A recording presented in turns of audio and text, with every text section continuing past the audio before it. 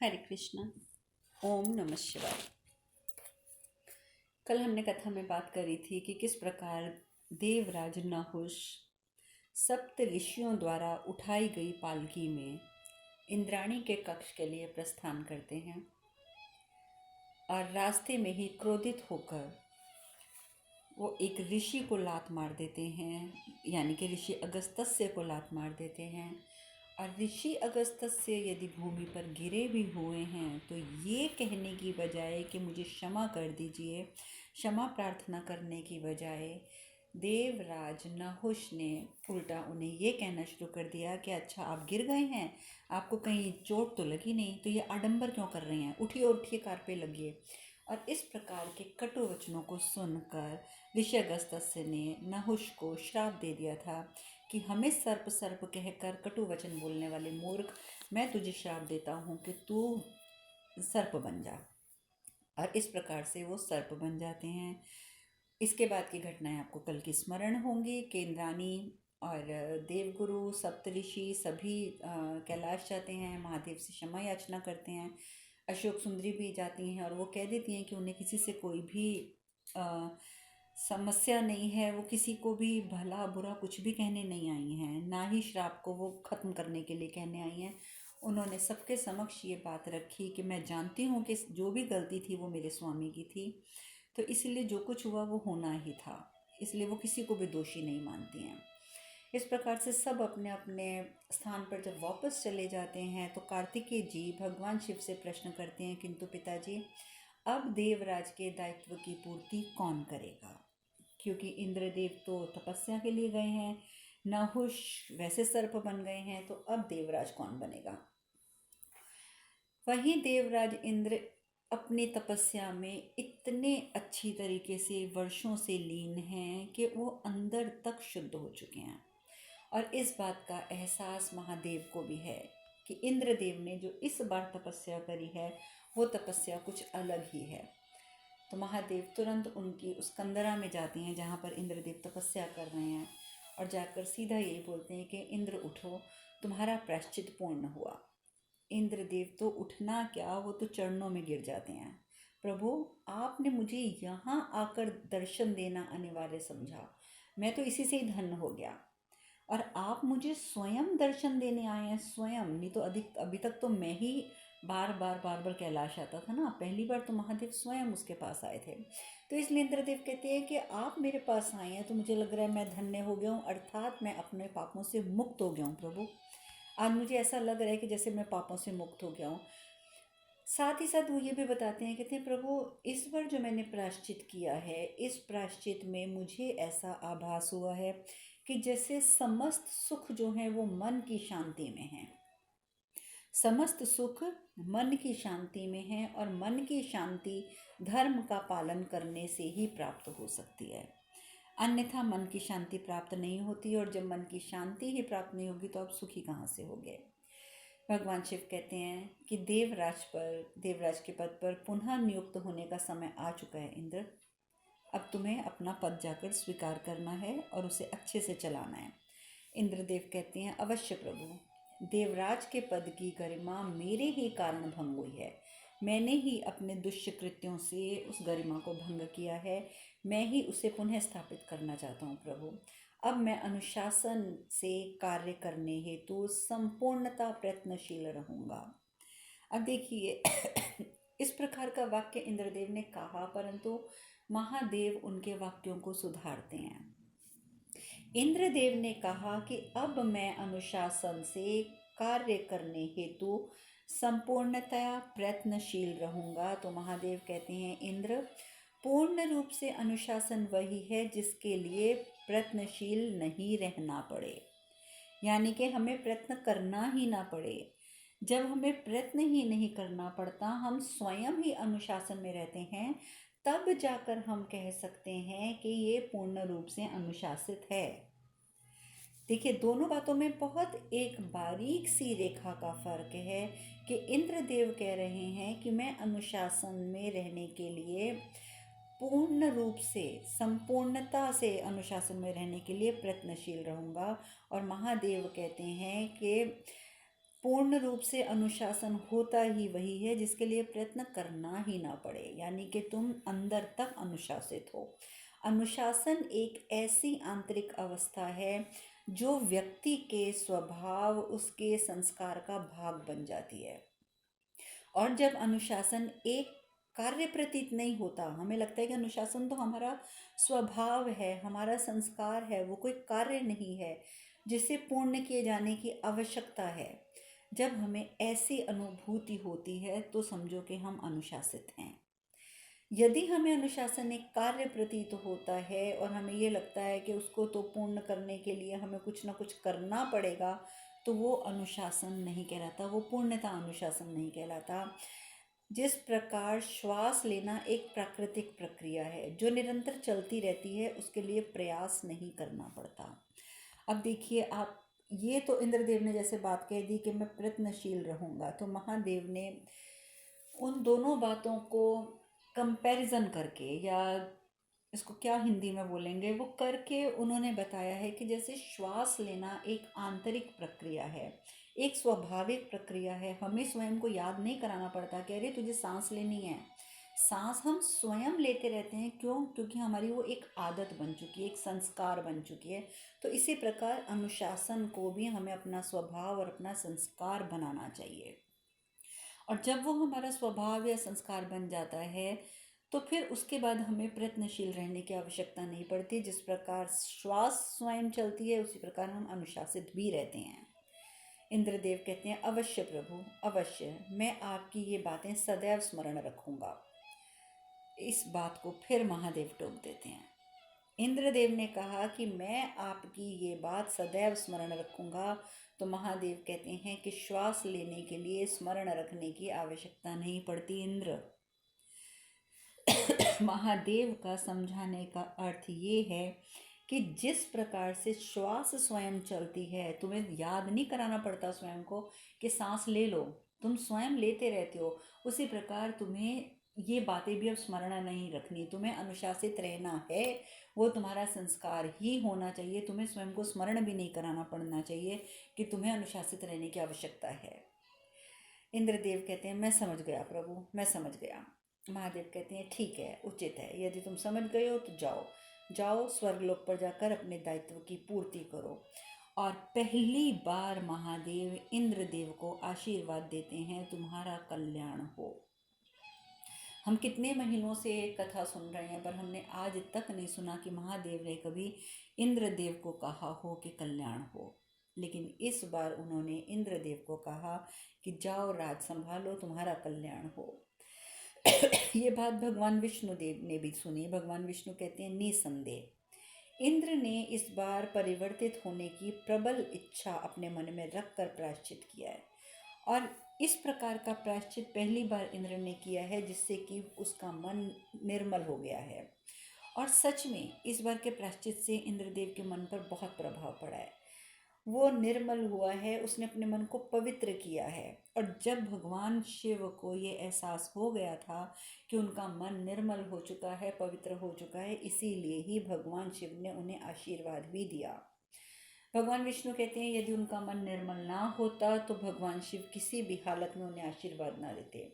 और ना केवल प्रकट होकर प्रायश्चित को पूर्णता दी, अपितु उस शिवलिंग को, उस स्थान को भी महत्वपूर्ण बना दिया, जहाँ पर महादेव ने खड़े होकर, जिस शिवलिंग के समक्ष खड़े होकर महादेव ने इंद्र को कल्याण हो कहकर आशीर्वाद भी प्रदान किया। भगवान विष्णु कहते हैं कि आज से इस स्थान का नाम इंद्रेश्वर महादेव के नाम से प्रसिद्ध होगा, क्योंकि वहाँ पर इंद्रदेव को भगवान ने दर्शन दिए और इंद्रदेव को आशीर्वाद दिया। इसीलिए उस जगह का नाम इंद्रेश महादेव के नाम से प्रसिद्ध हुआ। और इस प्रकार से ये जो पूरी उनकी तपस्या थी, भगवान के द्वारा आदेश दिए जाने के बाद पूर्ण की गई तपस्या इंद्रदेव की, वो सफल होती है और भगवान का आशीर्वाद भी वो प्राप्त कर लेते हैं। वो तो स्वर्ग की ओर चल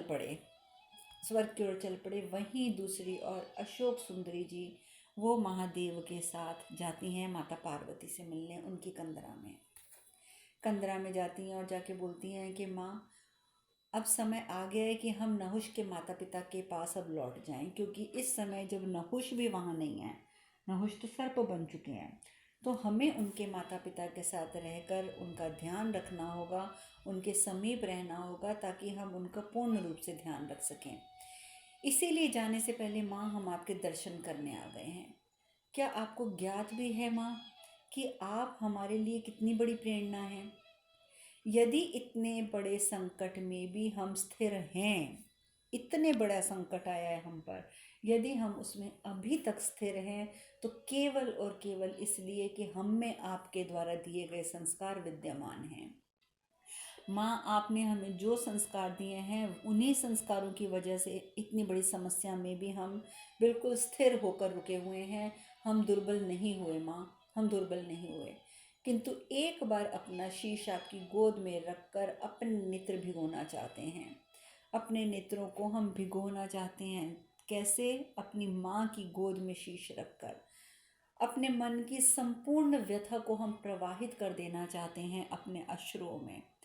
क्योंकि देखिए, अशोक सुंदरी बहुत ही साहसी बनकर रहीं, बहुत धैर्यवान बन के रहीं। उन्होंने बहुत सहनशीलता का सबके सामने उदाहरण प्रस्तुत किया, लेकिन अंदर ही अंदर वो दुखी तो है ना। कुछ भी कहिए, वो अपने पति से दूर हुई हैं, उनके पति ने गलत कृत्य किए जिस वजह से श्राप मिला, लेकिन इन सब चीज़ों का असर अशोक सुंदरी पर अवश्य पड़ा। परंतु माँ के सामने एक जो पुत्री होती है, वो सदैव कमज़ोर पड़ना चाहती है, और वही हालत इस समय अशोक सुंदरी की है। वो यही कहती हैं कि माँ, हम दुर्बल नहीं हुए, बिल्कुल दुर्बल नहीं हुए, हमने बहुत साहसपूर्वक इस स्थिति को संभाला है। हम स्थिर भी रहे हैं, किंतु एक बार अपना शीश आपकी गोद में रखकर अपने नेत्र भिगोना चाहते हैं। अपने मन की संपूर्ण व्यथा को हम प्रवाहित कर देना चाहते हैं। अपना हाथ आप एक बार हमारे शीश पर रख दीजिए माँ। हम आपके स्पर्श की अनुभूति करना चाहते हैं, हम स्पर्श की अनुभूति करना चाहते हैं माँ। और ये कहते कहते अशोक सुंदरी ज़ोर ज़ोर से रोने लग जाती हैं। रोते रोते अंततः अशोक सुंदरी जी के मुख से ये शब्द में निकल जाते हैं, माँ, कुछ क्षणों के लिए हम दुर्बल होना चाहते हैं, हम दुर्बल होना चाहते हैं माँ। देखिए, ये एक पुत्री की व्यथा है अपनी माँ के समक्ष, कि एक पुत्री जो इतनी साहसपूर्ण हर परिस्थिति का सामना कर रही है, कितना अपने आप को उन्होंने बना कर रखा है, कठोर बना कर रखा, स्थिर बना कर रखा, दुर्बल नहीं पड़ने दिया। परंतु अपनी माता के समक्ष आज वो दुर्बल पड़ना चाहती हैं। वो स्वयं स्वीकार करती हैं इस बात को कि माँ, हम कुछ क्षणों के लिए दुर्बल होना चाहते हैं, हमें कुछ क्षणों के लिए अपनी गोद में सर रखने की अनुमति दे दीजिए। परंतु देवी पार्वती तो अपनी तपस्या में इतनी लीन होती हैं, जन कल्याण के लिए होने वाली इस तपस्या में इतनी खोई होती हैं कि उनके समक्ष उनकी पुत्री फूट फूट कर रो पड़ती है, परंतु उनका ध्यान नहीं टूटता। महादेव से भी ये सब बर्दाश्त नहीं होता। अंत महादेव उन्हें अपने हृदय से लगा लेते हैं। बहुत रोती हैं अपने पिता के हृदय से लगा के। अंततः माता का आशीर्वाद प्राप्त किए बिना ही अशोक सुंदरी वहाँ से प्रस्थान कर जाती हैं। प्रस्थान कर जाती हैं वो नहुष के राज्य की और नहुष के माता पिता यानी कि महाराज आयु के राज्य की ओर, ताकि वो उनके साथ अपना अब बाकी का समय व्यतीत कर सकें। वहीं दूसरी ओर इंद्रदेव वो स्वर्गलोक जाते हैं। स्वर्गलोक जाते हैं। इंद्राणी उनका बहुत स्वागत करती हैं, उनके चरण स्पर्श करके। परंतु इंद्रदेव इस बार बहुत शांत हैं। इंद्रदेव कहते हैं, जानती हो इंद्राणी, इस तपस्या से मुझे अपनी वास्तविकता स्वीकार करने का साहस मिला है, अपने आप से संधि करने का साहस मिला है मुझे इंद्राणी। स्वर्गलोक में वास करते करते मैं भूल ही गया था कि मैंने अपने हृदय में कितना बड़ा नरक स्थापित कर लिया है। रहने को तो मैं स्वर्ग में रह रहा था, लेकिन स्वर्ग में रहते रहते मैं कदाचित ये भूल गया था कि स्वर्ग में रहते रहते अपने मन के अंदर तो मैं नरक स्थापित करता जा रहा हूँ। इंद्राणी ये सब बातें सुनती हैं तो कहती हैं कि आपके व्यक्तित्व से आपकी आंतरिक शांति, आपका संतोष प्रत्यक्ष हो रहा है स्वामी, प्रत्यक्ष हो रहा है। आज मैं बहुत प्रसन्न हूँ कि आप एकदम शांत हृदय हो गए हैं। इंद्रदेव उसी समय हाथ जोड़कर कहते हैं कि ये सब महादेव की कृपा है। इसके बाद वो अपनी सभा में जाते हैं और इंद्रदेव जो कि महा अहंकारी हैं, इंद्रदेव सबसे क्षमा मांगते हैं। किस किस से क्षमा मांगते हैं? देवराज, और देवराज तो वो खुद हैं, देवगुरु से क्षमा मांगते हैं, समस्त देवी देवताओं से क्षमा मांगते हैं, अप्सराओं से क्षमा मांगते हैं। जिन जिन के साथ उन्होंने दुर्व्यवहार किया था, इंद्रदेव उन सब से क्षमा मांगते हैं। और आज गुरु बृहस्पति बहुत प्रसन्न हैं कि उनका जो शिष्य है यानी कि इंद्रदेव आज आसमान में नहीं, धरती पर हैं। और धरती पर होने का अर्थ है कि वो सबसे क्षमा प्रार्थी हैं। और इस प्रकार से सभी देवी देवता, सभी लोग बहुत बहुत बहुत प्रसन्न हो जाते हैं स्वर्गलोक में कि अब इंद्रदेव जो हैं ये बिल्कुल सुधर कर आए हैं। अब वो कितने समय के लिए सुधरे हैं ये तो हमें अब आके समय ही बताएगा, समय ही बताएगा, समय ही बताएगा। अब हमारी ये स्वर्ग लोक की कथा में हम हल्का सा विश्राम लेते हैं, क्योंकि जैसे कि मैंने बताया कि इंद्रदेव बहुत सुधर कर आए हैं और अब वो अपने राज्य को बहुत अच्छे से संभाल रहे हैं। आज हम बात करेंगे कालभीत नामक एक शिष्य की। आज के इस कथा के दूसरे भाग में हम कालभीत की बात करेंगे, जो कि शिष्य नहीं है, शिष्य भी है, शिष्य के कैसे है वो मैं आपको आगे बताऊंगी, परंतु वो महादेव का एक भक्त है और वो एक छोटा बालक है। ये कथा मैं इसीलिए इसमें ले रही हूँ शिव पुराण की कथाओं के अंतर्गत, क्योंकि इस कथा से हमें बहुत सीख मिलती है। इस कथा से हमें ये सीख सबसे पहले तो मिलेगी कि वो माता पिता जो अपने बच्चों के समक्ष किसी भी प्रकार की वार्ताएं कर लेते हैं, उन सब वार्ताओं का बच्चों के कोमल हृदय पर क्या असर पड़ता है, ये इसीलिए कथा बहुत आवश्यक है। इसीलिए मैं इसको आगे, पहले मैंने सोचा था कि इस बार नहीं बोलती मैं, फिर कभी इस बारे में चर्चा करेंगे, लेकिन हम इसी बार के शिव पुराण में इसको चर्चित करेंगे। तो कालभीत एक ऐसा बालक है जो अपने एक कमरे में बंद रहता है। वो अपने कमरे से, अपने कक्ष से बाहर नहीं निकलता। उसके माता पिता जो हैं वो बहुत संपन्न हैं। जो उसके पिताजी हैं वो राज्य के राजपुरोहित हैं, एक माने हुए व्यक्ति हैं। तो वो अपने कक्ष से बाहर नहीं निकलना चाहता। उसका सारा जो जितनी भी अब उसकी उम्र होती जा रही है, 7-8 साल, वो उसने अपने कक्ष में ही निकाली है। किसी प्रकार से वो अपने कमरे से बाहर नहीं निकलना चाहता। बहुत कोशिश करते हैं उसके माता पिता, लेकिन वो कभी नहीं निकलता। क्योंकि हुआ ये था कि उसकी जो माता थी कालभीत की, उसका एक बहुत अजीब सा व्यवहार था, एक बहुत अजीब सा स्वभाव था कि वो हर समय सब में दोष निकालती रहती है। देखो इसने ये कह दिया कितना गलत है, देखो उसने वो कर दिया उसने कितना गलत है, देखो ऐसे हो गया ये अच्छा नहीं था, देखो वैसे हो गया अच्छा नहीं था। कई बार तो राजपुरोहित जी भी उन्हें समझाते हैं कि भाग्यवान, तुम हर समय सब में नुक्स निकालती रहती हो, मैं तुम्हें इतना कोशिश करता हूँ कि मैं तुम्हें प्रसन्न रखूँ, लेकिन तुम तो प्रसन्न रहती ही नहीं। लेकिन हमेशा उनकी धर्मपत्नी यानी कि कालभीत की माता हमेशा एक ही बात कहती रहती हैं, मैं खुश कैसे रह जाऊँ जी, देखते नहीं पड़ोसी ने ये कर दिया, देखते नहीं मेरी सहेली ने वो कर दिया, देखते नहीं आपके भाई ने ये कर दिया, देखते नहीं महाराज ने ये कर दिया। अर्थात 24 घंटे उन्हें अगर कुछ नज़र आता रहता है तो वो दोष दोष दोष, और ये जो दोषों से भरी हुई बातें होश संभालते ही कालभीत के मन में पड़ती गईं। और कालभीत के मन में ये सब बातें जाने से उसने इस बात को सत्य मान लिया कि ये संसार बहुत गंदा है। अब देखिए, एक बच्चे ने जिसने सिर्फ और सिर्फ शुरू से बुराई बुराई बुराई बुराई बुराई ही सुनी है अपने घर में, अपने माता पिता के मुख से, तो उसने यही समझ लिया कि ये संसार ही गलत है। उसने अपने मन में बिठा लिया कि आखिर मेरी माता पिता इस प्रकार की चर्चा करते हैं तो वो तो सत्य ही कहते होंगे ना, ये बाहरी संबंधों से अप्रसन्न रहते हैं। अब जब मेरे माता पिता दोनों ही बाहरी संबंधों से अप्रसन्न हैं, तो अर्थात कि बाहरी लोगों से संबंध रखना ही नहीं चाहिए, वो लोग अच्छे हैं ही नहीं हैं। और मतलब इस इस प्रकार की बातें पूरी तरीके से कालभीत के मन में बैठ जाती हैं कि वो अपने मन में ये बिठा लेता है कि जब मेरे माता पिता को बाहरी संसार पसंद नहीं है, जब उन्हें पता है कि वो गलत हैं बाहर के लोग, तो फिर वो अप्रसन्न रहते हैं इस वजह से, तो मैं स्वयं को अप्रसन्न क्यों करूं, तो मैं बाहर ही नहीं निकलूँगा, ना मैं अपने कक्ष से बाहर कहीं जाऊंगा, ना मैं किसी से वार्ता करूंगा, ना ही मुझे कोई बात बुरी लगेगी। और वो अपने कक्ष में ऐसा बंद हो जाता है कि उसकी माँ यदि चाहे कि वो कक्ष में जाके उसे खाना खिला दे तो वो भी नहीं कर सकती। उसका खाने वाने से भी बिल्कुल जो है मन हट जाता है। खाना अगर माँ बोलती भी कि आके खा लो पुत्र, बाहर आ जाओ, तो नहीं, यहीं दे दो जो देना है, और बहुत क्रोध में रहता है। और क्रोध में क्या रहता है, डरा सहमा सा रहता है कि मैं अगर अपने कक्ष से बाहर निकलूंगा तो मैं उस दुनिया वालों से टकराऊंगा जिस दुनिया वालों से वो टकराना नहीं चाहता। अर्थात वो पूरे तरीके से अपने मन में ये बातें बिठा कर बैठ जाता है। उसके माता पिता बहुत परेशान हो जाते हैं, और देखिए वो तो राजपुरोहित होते हैं। अब बच्चा जब 6 साल का होता है उसका यज्ञोपवीत संस्कार होता है, लेकिन ये क्या, काल भीत का तो यज्ञोपवीत संस्कार भी नहीं हो सकता, क्योंकि वो तो अपने कक्ष से बाहर ही नहीं निकलना चाहता।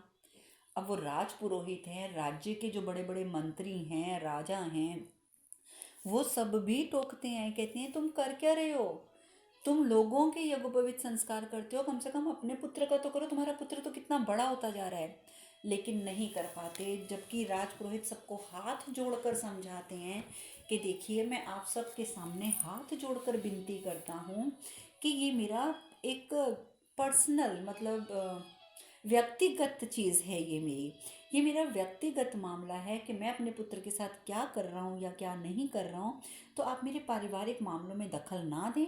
जब मेरा पुत्र तैयार हो जाएगा यज्ञोपवीत संस्कार के लिए मैं करवा दूंगा, पर मैं हाथ जोड़कर बोलता हूँ कि कृपया मुझे इस बात के लिए बार बार आप लोग मत कहिए। मैं जानता हूँ कि मुझे क्या करना है और क्या नहीं करना।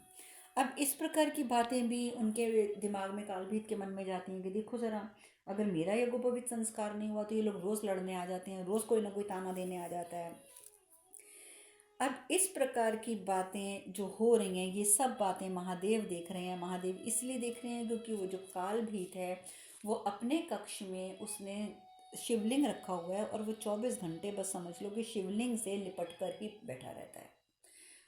उसका ध्यान जो है वो पूर्ण रूप से सिर्फ महादेव की भक्ति में, इसीलिए महादेव जो हैं वो उसका पूरा ध्यान रखना चाहते हैं। गणेश जी को बोलते हैं, कहते हैं कि मैं ना कैलाश से जा रहा हूँ कुछ दिनों के लिए। तो गणेश जी बोलते हैं पिताजी आप कहाँ जा रहे हैं। तो महादेव कहते हैं कि मेरा एक भक्त है कालभीत, तुम्हारी शुभता हर जगह फैल रही है लेकिन तुम्हारी शुभता अभी उस बच्चे तक नहीं पहुंची है, तो मैं वहां जा रहा हूँ। तो गणेश जी बहुत हैरान होते हैं, वो कहते हैं कि मेरी शुभता जब सारे संसार में फैल रही है तो आपके शिष्य के पास क्यों नहीं पहुंच पा रही है। तो महादेव बताते हैं कि यदि इसकी तुम्हारी शुभता उस बालक के पास नहीं पहुंच पा रही तो उसका एकमात्र कारण है उसके माता पिता। तो मैं इसीलिए जा रहा हूँ कि मुझे सिर्फ कालभीत को नहीं ठीक करना, मुझे उसके माता पिता को भी ठीक करना है, क्योंकि कालभीत की आज जो दशा है वो सिर्फ और सिर्फ उसके माता पिता की वजह से है। और इस प्रकार से महादेव नटराज बनकर नटराज की भूमिका निभाने के लिए हमारे महादेव चल पड़ते हैं कालभीत के गांव में। तो कालभीत के गांव में लोगों से बहुत कुछ सुनते हैं राजपुरोहित और उसके बेटे के बारे में कि वो उसका बेटा तो बाहर ही नहीं निकलता है, वो ये नहीं करता वो नहीं करता। अच्छा, जब महादेव जाने की बात करते हैं कि मैं जा रहा हूँ कालभीत के पास, तो गणेश जी कहते हैं कि पिताजी मैं भी चलूँगा। तो इस प्रकार महादेव जो हैं वो नटराज के रूप में, और जो वो हैं गणेश जी, वो भी एक नट के रूप में उनके साथ साथ चल पड़ते हैं। उनका नाम वो नटेश रख देते हैं। आपको याद होगा पहले भी एक बार नटेश की भूमिका अदा करी थी गणेश जी ने, सो उनको नटेश की भूमिका अदा करना बहुत अच्छा लगता है। नटेश के रूप में महादेव के साथ वो भी पहुंच जाते हैं। धीरे धीरे गांव में घूमते घूमते राजपुरोहित के घर पहुंचते हैं। तो राजपुरोहित जी उनका स्वागत करते हैं। तो शिव जी बताते हैं, कहते हैं कि मैंने सुना है कि तुम्हारा पुत्र जो है वो कक्ष से बाहर नहीं निकलता, वो किसी से बात नहीं करता। तो राजपुरोहित बहुत क्रोधित हो जाता है, कहते हैं आप तो अनजान है ना, आप तो अभी अभी भ्रमण करते हुए आए इस गांव में, आपको भी मेरे पुत्र की सूचना मिल गई, आप जाइए यहाँ से, मैं आपको अपने घर में स्थान नहीं दे सकता हूँ। महादेव कहते हैं क्रोधित मत होइए राजपुरोहित जी, मैंने तो सिर्फ तुम आपसे पूछा है। अच्छा चलो, अगर यदि हम आपके बेटे को, आपके पुत्र को, अगर हम रूम आपके कक्ष से बाहर निकाल दें तो। वो कहते हैं हो ही नहीं सकता, इतने बरस बीत गए हैं, हमने हर प्रकार से प्रयास कर लिया है, वो तो अपने कक्ष से बाहर ही नहीं निकलता। उसको तो जब लघु शंख आदि के लिए भी जाना होता है तो बस वो चुपचाप निकलता है, वो सब करता है और उसके बाद अपने कक्ष में वापस चला जाता है। नहीं नहीं, उसे कोई नहीं निकाल सकता। परंतु महादेव कहते हैं हमें बात करने दो। तो अब महादेव जो हैं वो नटराज के रूप में जाते हैं, उस बच्चे के कक्ष में जाते हैं। तो वो पहले वो लड़का डर जाता है, जो कालभीत होता है वो डर जाता है। कालभीत बोलता है कि आप यहाँ पे क्यों आई हैं, आप कौन हैं? तो वो कहते हैं कि हम तुम्हारे पिता के दोस्त हैं, मित्र हैं, और हम यहीं पे कुछ दिन के लिए रुकेंगे। तो हमें पता चला कि तुम अपने कक्ष में हो, तो हम तुमसे कक्ष में मिलने आ गए। तो वो कहते हैं लेकिन मैं किसी से बात नहीं करना चाहता, मैं किसी से भी अभी बात नहीं करना चाहता हूँ। तो वो कहती है कि नहीं नहीं, ऐसी बात नहीं है, हम तुमसे सिर्फ छोटी छोटी सी मामूली मामूली सी बातें करेंगे। तुम्हारी इच्छा हो तो तुम जवाब देना, तुम्हारी इच्छा ना हो तो तुम जवाब मत देना। तो वो पूछते हैं, कहते हैं कि मैं सिर्फ इतना जानना चाहता हूँ कि तुम अपने कक्ष में बंद क्यों रहते हो? तो वो जो कालभीत होता है वो बताता है कि मैंने सदैव यही सुना है कि संसार अच्छा नहीं है, संसार के लोग अच्छे नहीं हैं, कोई किसी की सहायता नहीं करता है। तो मैं ऐसे गंदे संसार में उन लोगों के साथ संबंध रख के स्वयं को प्रसन्न नहीं करना चाहता, तो इसलिए मैं नहीं जाना चाहता। तो महादेव कहते हैं तुम्हें कैसे पता कि संसार अच्छा नहीं है तुम्हें? वो कहते हैं क्योंकि मेरे माँ बाप ने बोला है, मैंने हमेशा अपने माता पिता के मुख से यही सुना है। तो वो कहते हैं अच्छा, तो फिर ये बताओ कि तुमने और क्या सुना है अपने माता पिता के मुख से? तो कालभीत कहते हैं आपको नहीं पता, एक बार हमारे पड़ोसी राज्य में अकाल पड़ गया और किसी ने भी उनकी कोई सहायता नहीं करी, किसी ने भी, यहाँ तक कि उस राज्य के स्वयं के लोगों ने भी सहायता नहीं करी एक दूसरे की, मेरे राज्य के लोगों की तो बात छोड़िए। तो महादेव कहते हैं अच्छा, किंतु तुम्हारे माता पिता ने तो उनकी सहायता ही तो कुछ ना कुछ किया होगा अवश्य। तो वो कहते हैं नहीं, किसी ने भी कुछ नहीं किया, और जब किसी ने कुछ नहीं किया तो मेरे माता पिता क्यों करते? तो महादेव कहते हैं कि देखो, करना तो चाहिए था। यदि तुम्हारे माता पिता उलाहना ना देकर सहायता का हाथ बढ़ाते, अगर तुम्हारे माता पिता सहायता का हाथ बढ़ाते, सिर्फ ये उलाहना ना देके कि देखो कोई सहायता नहीं करता, कोई सहायता नहीं करता, तो तुम जो सोच रहे हो ना कि कितने लोग अकाल में मर गए थे, तो कम से कम तुम्हारे माता पिता उसमें से एक आध की रक्षा तो अवश्य कर लेते। परंतु वो तभी संभव होता जब तुम्हारे माता पिता ने बढ़कर अपना हाथ आगे बढ़ाया होता, लेकिन तुम्हारे माता पिता ने किया ऐसा कुछ? तो अब कालभीत जो होता है वो चुप हो जाता है। अब कालभीत इसका क्या जवाब दे?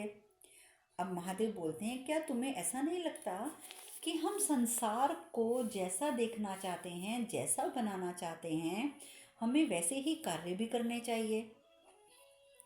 क्योंकि आप अपने उद्देश्य की और हम अगर अग्रसर नहीं होंगे तो हमारा जो संसार को हम जैसा बनाना चाहते हैं वो कैसा बनेगा? तुम बताओ ना, तुम चाहते हो कि संसार में, तुम्हें लगता है कि संसार ऐसा होना चाहिए कि सब एक दूसरे की सहायता करें, पर ना तो तुम अपने कक्ष से बाहर निकले सहायता करने के लिए, ना तुम्हारे माता पिता ने उनकी कोई सहायता करी। तो तुम्हें नहीं लगता कि हम संसार को जैसा सोचते हैं, हम जैसा देखना चाहते हैं, जैसा बनाना चाहते हैं, हमें वैसे कार्य खुद भी करने पड़ेंगे? तो कालभीत कहते हैं परंतु हमारे प्रयास से क्या होगा? हमारे प्रयास करने से क्या होगा? उस नगर के निवासी तो स्वयं एक दूसरे की सहायता नहीं कर रहे थे, एक दूसरे के शत्रु बने हुए थे। आप ही बताइए ना कि आपको तो कितना समय हो गया है, मैंने सुना है कि आप तो भ्रमण ही करते रहते हैं यहाँ से वहाँ तक। तो आप ही बताइए कि क्या ये सत्य नहीं है? क्या ये सत्य नहीं है कि कोई किसी की सहायता नहीं करता, सब अपने आप में मस्त रहते हैं? अभी इस प्रकार की बातें चल ही रही होती हैं कि गणेश जी जो कि नटेश के रूप में वहाँ पे आ जाते हैं, रोते हुए चिल्लाते हुए, गुरुदेव गुरुदेव मेरी रक्षा कीजिए, मेरी रक्षा कीजिए, मेरी रक्षा कीजिए, गुरुदेव मेरी रक्षा कीजिए, मेरे प्राण संकट में है, मेरी रक्षा कीजिए। महादेव कहते हैं क्या हुआ, क्या हुआ नटेश, तुम इतने घबराए हुए क्यों हो? क्या हो गया तुम्हें, क्या देख लिया तुमने ऐसा? तो नटेश कहते हैं गांव में एक नरभक्षी पशु घुस आया है, गांव में एक नरभक्षी पशु घुस गया है। गांव वाले कह रहे थे कि वो नरभक्षी पशु जिसे भी देख लेता है वो उसके प्राण हर लेता है, तो बहुत भयंकर है वो नरभक्षी पशु, और मैं उससे डर के मारे भाग के आया हूँ, क्योंकि यदि उसने मुझे देख लिया तो वो तो मुझे भी खा जाएगा। और तभी क्या होता है कि एक टोकरी, जो छोटी छोटी टोकरियाँ नहीं होती बेंत की बनी हुई, जिसमें लोग ज़्यादातर सब्जी वब्जी रख लेते हैं, वैसी एक टोकरी स्वयं चलती हुई उस कक्ष में आ जाती है जिस कक्ष में महादेव बैठे हुए हैं, कालभीत बैठे हुए हैं और अब नटेश भी हैं।